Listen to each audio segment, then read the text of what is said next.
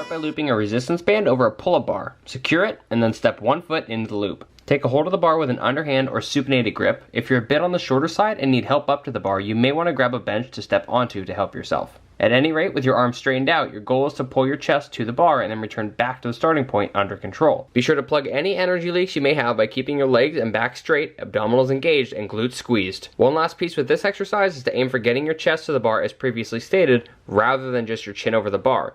Control the entire range of motion and do your best not to let your shoulders or back round excessively as you fatigue. Other than that, double check your reps and get after it.